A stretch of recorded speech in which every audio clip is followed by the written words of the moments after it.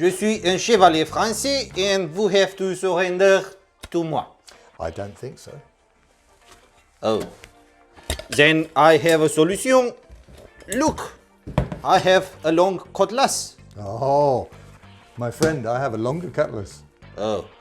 Then I have a flintlock pistol that will determine you. A flintlock pistol is no match for my flintlock blunderbuss. Aha! Then I have a Luger from my dead Alma friend. Oh, never mind. I have a Glock 19. Surrender for me. Then I surrender. This proves that the French are the tallest soldiers in the world. Can't get taller than that, can you?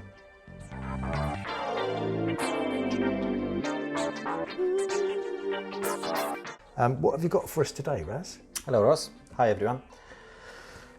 Seeing the mockery we've done before, you will be tempted to believe that we are discussing about a medieval relic discovered in sort of the medieval battleground or in a castle. In fact, this is not true. It's partially true, though.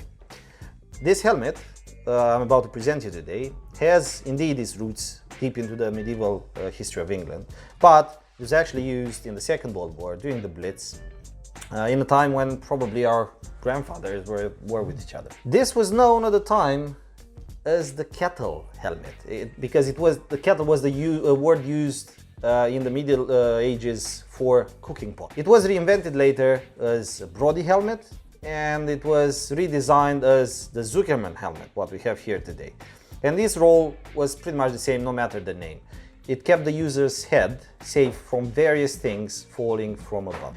If you were, let's say, a soldier back in the Middle Ages, the kettle's wide brim will give you quite good protection against blows from above, such as, let's say, a cavalry sword trying to chop your head. During a siege, when you were trying to have some fun during the week because you're bored, maybe isolation or something, then you just went to do a bit of raping and pillaging of your neighbors' castles or town. And this would have kept you safe from the unfriendly projectiles shot from or dropped from above the wall. You have to, still watch out for the tar, because it seems that it doesn't go very well down the neck. Back to our story, though. In the Second World War, Mr. Hitler decided to give England a go-ahead, and he started the Blitz, basically sending some bombs as early Christmas presents to the British Isles. In response, some gentlemen, Mr. Zuckerman, Mr. Christopherson and Mr. Cairns, realized that there might have been quite a few cracked heads if they will not do something about it, and kind of stop Mr. Hitler's presence harming people.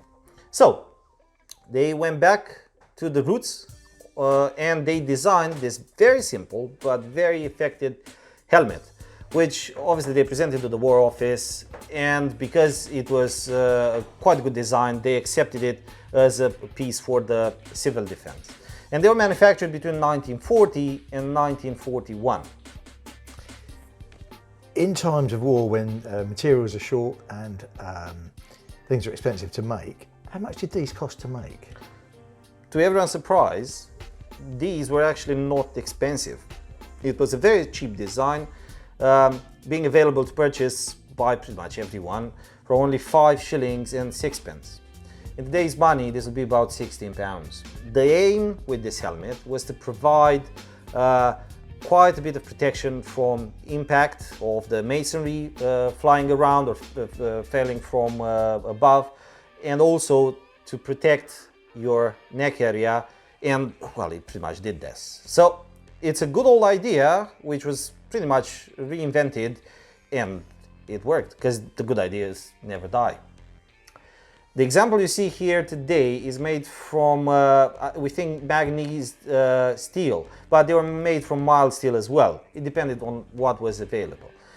Inside, on the leather lining, you can see a stamp with the manufacturing year. In this case is 1941, and also there's a logo of the civil defense, and of course the size of it, because you want to wear the right size, isn't it?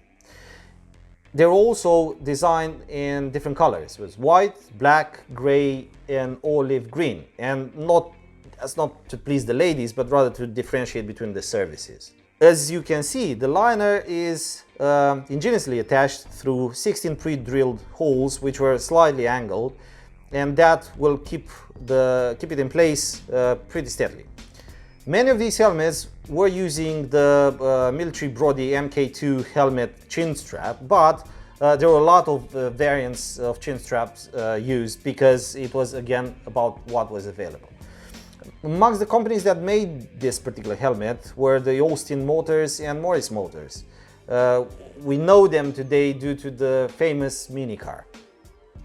Okay, so who actually would have worn these then during the war? Mainly, these particular pieces were issued to the fire guards and to the street fire parties, and also the factory workers, which were the people probably most endangered by. But also, anyone who needed could actually buy one to protect themselves and their families. Oh, excellent. So they're available to anybody who felt they needed one. Indeed they were, yeah. Great news. Well, thanks for tuning in. Thank you, Raz. Thank you very much.